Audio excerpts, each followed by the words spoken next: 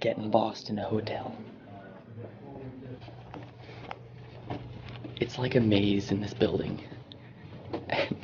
I'm just getting lost, like hallways after hallways. I'm confused. Don't have too much time to actually make some type of vlog extra piece because I'm walking down the hallway, but it's really cool. I actually didn't even think about there being a whole bunch of other people, but so far I'm the only one of the people who I've talked to that's going to the Air Force. It's got a lot of rules here too. Like, he told us a lot of the information, and I couldn't retain like 90% of it.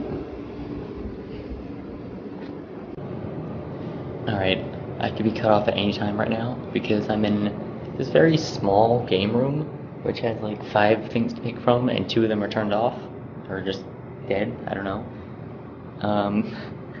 There's not much to do at this hotel, but, I mean, the roommate that I was put with, he's pretty cool. The group that I've been, like, just hanging around with are pretty cool. Everyone so far is pretty cool. It's nice to really have something to talk about, which is cool. But, I don't know. I mean, this is only half the process. The next time, like, after I guess maybe say goodnight or something, I don't know if I'm going to. But then I'll be gone. And then I'll be back for MEPS. Or after MEPS, saying what happened, you know. But I better go before someone opens that door, because it's about to happen. It'll be something random. Alright, see you later. Hey, what is up? I am back from MEPS. I know it was like an instant transition from me being in a hotel, but that's because after that I went to sleep pretty early, like 10:30, because me and my roommate decided, it was like a unanimous decision. There's nothing to do at the hotel, so why not sleep? We're already bored, tired, same thing. So we just went to sleep. The wake-up call was about 4:15. The phone just kept ringing until we left. So we had enough time to go downstairs, go get breakfast. They lined us up, sent us out to the buses. We took this like 10-minute bus ride in like pitch black. I thought it would be brighter for some reason at like 4 a.m. but the whole day was like so slow. I got out 12 hours later.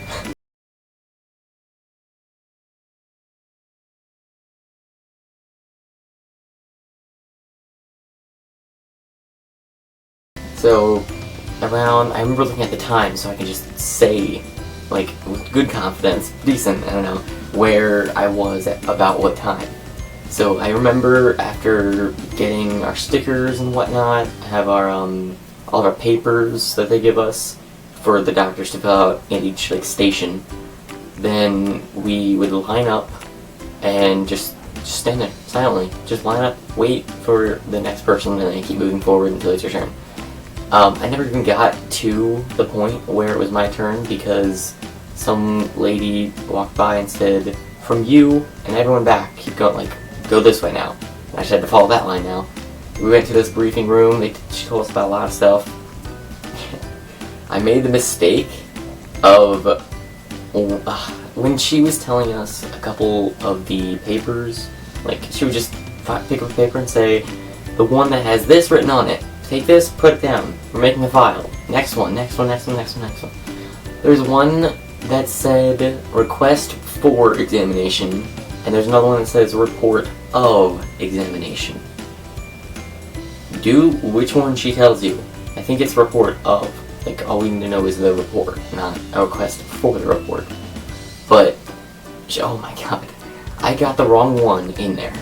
And I knew it said the wrong thing, I just couldn't find the right one. So I just let it go, and act like nothing happened. I kept going until she got the paper, and I'm like, oh shit, I really have to find this paper now. And she started going through some stuff, and I just raised my hand and I said, like, I waited for her to walk over to me, and I was like, this isn't, she cut me off, and said, like, yeah, it's not, because you weren't listening. If only in the beginning I said, can I have help, I can't find it. Something like that. any remark that she would say then, it would be totally acceptable, because when she said, "That's right, you weren't listening," she also said, "So now you want me to stop, hold everyone else up, so I can help you." That's all she said. She helped me, walked away, and continued. But I was the only one that had some type of, like, embarrassment in there. Also, she talked fast, so I'm guessing that's just a given that she's gonna do. Follow along. She was trying to say, "Don't get ahead of me." She meant to say, "Don't fall behind." Because she tells you, at this certain question, do this special for only this question. I'm all the way on, like, number 1. You're talking about, like, 25. Slow your roll. It was crazy. There was a couple times where I would accidentally check off the wrong thing. Like, it said, like, "Are you in good health?" Like, right now. Do you feel like you're in good health? I accidentally checked off no. So I crossed out one line, like she said, did the initial and date thing that you're supposed to do in the exact format that you're supposed to do it. So, I mean, when they checked it, like 3 people checked it, they said it was fine, so it was fine. I then got to line up back in the same line as before, but in a different spot now. And it was... Wait, I think the first time when I was in line, I looked at the time, it was like 6:40. I'm looking over here because that's where I had to look. 6:40 on the clock, and then later it was something like 8. Like, we were in there for a good long time. It was like 8 or something. And then I just had to go up to the doctor at the medical desk, that's what the little tag said on the wall. So it just said medical, and everyone called it medical desk, so it's medical desk. Medical desk. I gave him a paper, he did something with it, and my paper, so it was like a binder. Think of it like a manila folder, but like a crap ton of papers in there. So I gave it to him, I don't know what he did, told me to take a seat, and I found the next available seat, because every time someone was doing something, like they would get up or how many or whatever, and then you'd be told to move down to the next seats, however many it is. So it was just the whole day, you're just sitting there doing nothing, or doing a test, or switching seats. Oh my god. After that, the next thing that I did was drawing blood at 9 something. I remember looking at 9 and I was still waiting. So it was 9 something, probably like 9:10, 9:15, before I actually gave blood. It was like a vial like that big. Yeah, about the size of a finger. That's what the lady had said. It wasn't that bad. Like, the worst part of that was having a band-aid that I later ripped off. The band-aid hurt worse. That pulled, like, these little hairs that you got, that really hurt. Actually, I still have this, like, red dot right here. I really don't think you can see it from that far. It's got a red dot. It's still there. Yesterday it was sore, now it's just, like, slowly healing. After the blood test, I did... What was it? I think it was the urinalysis, the drug test. That wasn't that bad, because just the way the guy made it sound, like, he made the situation pretty funny, which I heard other guys were saying, like, it wasn't that bad. First thing he said was, now, for this drug test, I'm going to have to see your penis. Don't worry, you won't impress me. Like, after that, it was like, okay, so it's a little bit funny, everyone knows this is pretty awkward, but it wasn't exactly what I heard from other people, other videos, whatever. Maybe it was just my experience, because the guy was, like, standing over here, me and a bunch of guys were at urinals, not one urinal, multiple, separate, how about that, and we were all just turned slightly, because he needs to at least make sure we're not, like concealing anything, hiding, cheating in any way. But that wasn't bad, whatever. I actually heard someone was talking to me, or I was overhearing them, because there's nothing to hear but people talking, which there were a couple incidences of that. This guy was telling me that they were in the drug test place, and one of the neighbor urinal people had went to, like, give his sample to the lady, and someone had looked at it and saw this little thing that someone described as a nerd in it, and he said that, what was it, that whatever guy that noticed it, it wasn't the guy who actually gave the sample. He asked the guy who gave the sample, he's like, did that hurt? He's like, yeah, a little. He's like, you just passed a kidney stone. Well, I'll tell you what. Actually, now that I think of it, it wasn't from my experience at all. It was from my friends. He just told me, like, last night? Yeah. Sorry, this is the day after MEPS. This is well, technically the 12th, because it's late at night. But it's the 11th. Like, I just finished yesterday. Crazy. I'm getting confused now. It was my friend's experience. He told me it was hilarious. But after that, I did have to do the vision test, which they do a color blindness test, they do the depth test with and without glasses or contacts if you have those. Otherwise, it's just one. And what is it? We did the hearing test right after that, or I did, and that took a while because there was just no one at that station. Maybe he was at something else, so we were all just waiting, just piling up. Then he took us into a room. There were like 5 of us, and we all just sat down in what was like a safe, and he had to shut the door, and it was like soundproof in there because I guess like on the like sheets on each of the walls were like little holes. I guess it helps to absorb sound. I don't know, but it was just like you shut the door and you can hear nothing, so you notice a difference. It's like absolutely nothing. Anyone coughing in there is like amplified, just a little bit. We had to put on these like headphones and pull our little Jeopardy clicker, as the guy told us, and like just follow instructions. So we listened, and it was like what was it? It was like an older voice, and it was like, so when this happens, it was like an old TV or old radio sounding, but it would just make these tones in like higher or low pitch frequencies and different volumes, and you are supposed to click whenever you hear it so you can stop it, so it verifies that you actually heard it. Pretty sure that's what the logic was. They did like 1 ear at a time, I think. I hope. But that was pretty quick. No problem with that one. Not awkward at all. Then we get to the physical and the exam, and they're like duck walking, as everyone knows it as.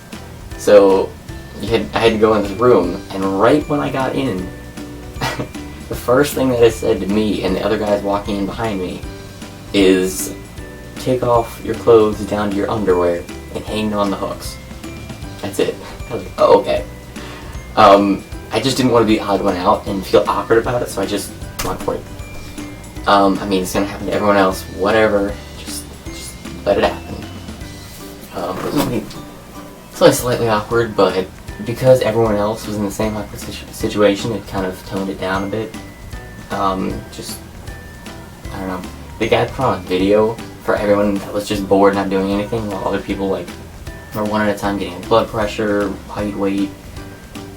The solo exam room with the doctor, not fun, mandatory.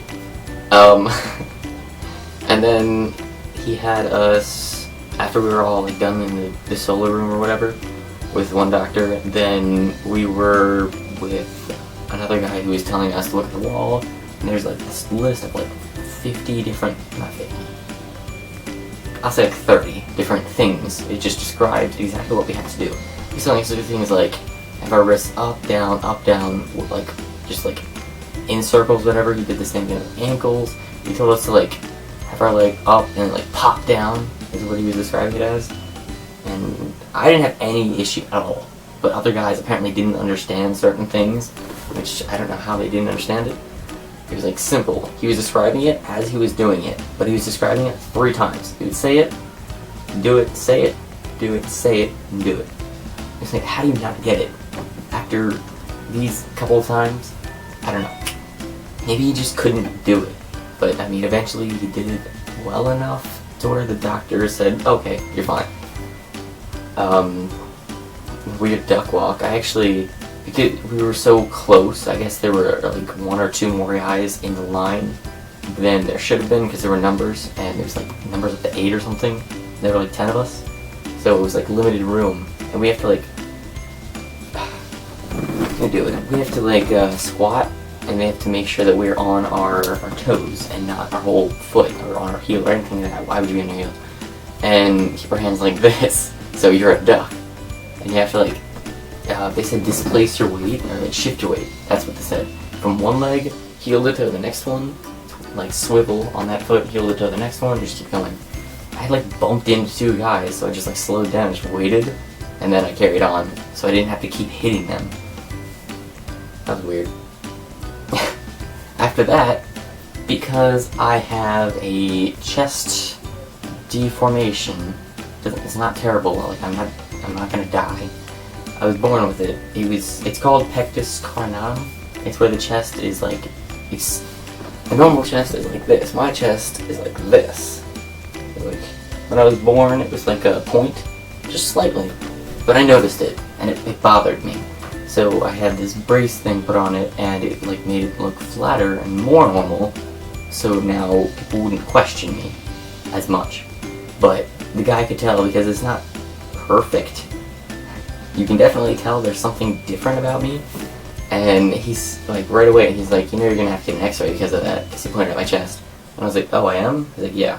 We have someone at the front desk that's going to sign you up for an appointment. He looked over all the papers later, and he's like, Robinson. So I got up, went over to him to grab my papers, and he told me, again, he's like, so you're gonna have to get that, x-ray. I don't know what I said before. Did I say examination? I had to get an x-ray. X-ray of my chest. I don't know what I said. So I had like a private driver pretty much, because no one else had to go anywhere. She took me to this like radiology place. I waited for, what time was it? It was 35:40 when I got there. There was a clock in the room. There was a TV, so that was cool. Except like a TV that wasn't on the news, like it was in MEPS. There was like 30-40 minutes later, finally get to continue, because when they actually called my name, it was like 12:10ish, and like I was just in there. I got the x-ray, the chest, like straight, like forward, back, and then one of the side, and apparently everything was okay, whatever. I forgot my glasses there. I didn't realize until way later, when I got back to MEPS, I'm like, where are my glasses? Oh shit. Because I had to take my shirt off, and I started taking my shirt off, and the glasses got hit. So I took the glasses off, put them down, and took my shirt off, because I had to take my shirt off for some reason, and just never put my glasses back up. I'm trying to figure out where I put my glasses so I can show you what I look like with glasses. Give me a second. Found them. Glasses case.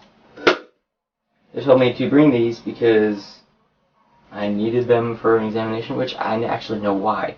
It's because they have to do the eye test without glasses and then compare it with glasses. So I guess I'll do the rest with my glasses. Like, it doesn't do anything. I'm nearsighted, so it helps me see better for any pretty distant objects. It makes things sharper and just easier to see sooner. Further. Whatever. Something like that. So, what else happened? When I was... I have to think about this. When I got back, they said everything was fine, blah blah blah. I had to go talk to the Air Force. They said liaison. Don't know exactly what that means. I guess the not category, the fucking thing. Instead of Air Force, it would be Navy, it would be Coast Guard, blah blah blah. I went to the Air Force one because I'm Air Force, and let me go back to the beginning of the day. Sorry, just remembered. The one guy that was in the Air Force, like, room area for the other Air Force people had told me that they're going to put me on the skinny kid diet in BNT, which is, they give me a little bit more time to make sure I eat a little bit more. I was like, oh, good. So apparently I'm a little less skinny. I haven't had a problem my whole life, but apparently now I'm skinny.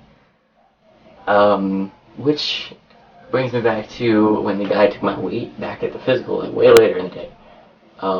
He told me, like, this is a quote, and I don't have any idea what he meant, or how he messed up, or how to fix his mess up. He said, I weigh 117, I'm underweight, I need to, like, my minimum is 114. What does that mean? He just told me I was above it, told me I was underweight, and then told me my minimum. And that I was over. Like, he didn't say that I was over, but I was over it. What the fuck? I know he didn't mix the numbers up because I saw the chart, and it said, for my height, that I have to be 114. I saw it when I was at my recruiter's office the first time, and I saw it when, well, I didn't see it the other time, but because it said 114, nothing else is 114. Only the 5'5" is what they put me down as, was for being 114 pound minimum, and that really confused me. I have no idea.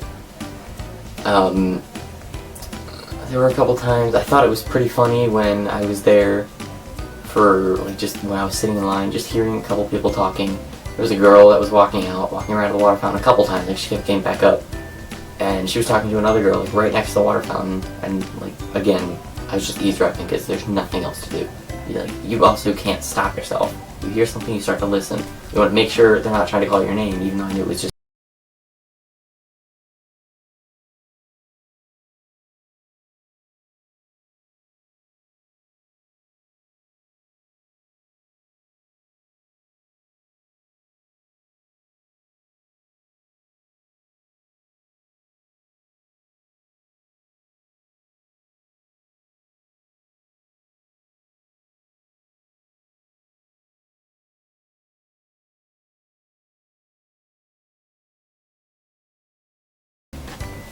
Alright, sorry about that. I just heard my camera just beep, notifying me that it stopped recording. So, what I was saying was, I saw a guy who walked out. Nothing was said, I just knew, I saw him walk straight to the water fountain. So, either he's really thirsty, happens to be just after urinalysis, or he couldn't be. He's shy. Whatever. And I remember seeing him go back later, so I knew for sure, like, he was one of the shy dudes. Not me. Yay, victories. It's little things. That's great. I remember being way back the other day, like 2 days ago now, being at the hotel when I first got there.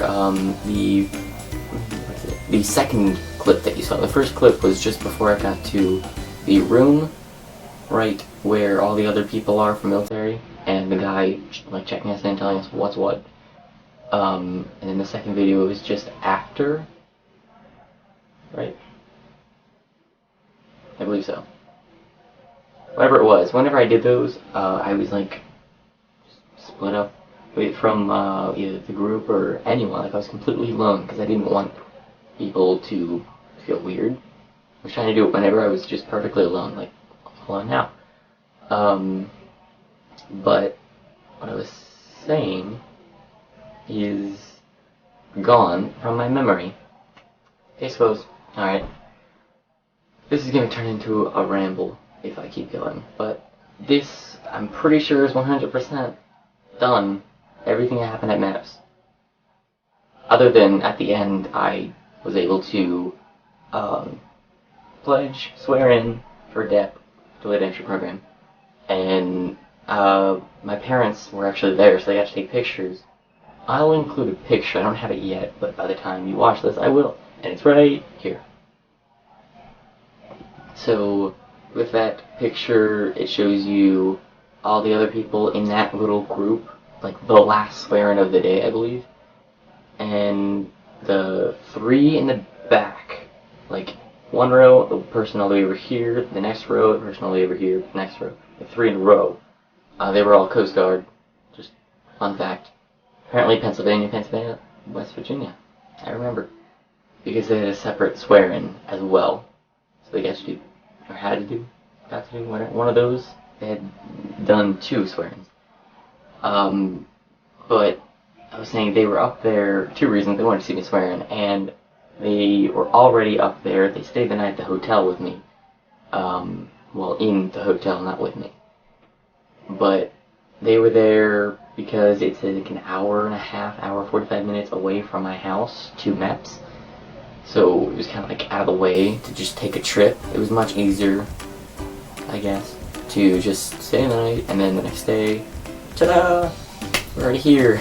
Except they were gone. When they were gone, well, fun, they got me a couple Doctor Who things. Mostly my mom. My dad was just kind of like, oh, okay, I don't know what that is. So this is a Doctor Who piggy bank. I don't know if I can actually play this. Might be copyright, so I can't. But you click this. Wait, I can turn it off. Yes, I can. You click it, you push it in, and it opens, and it's got a little coin slot.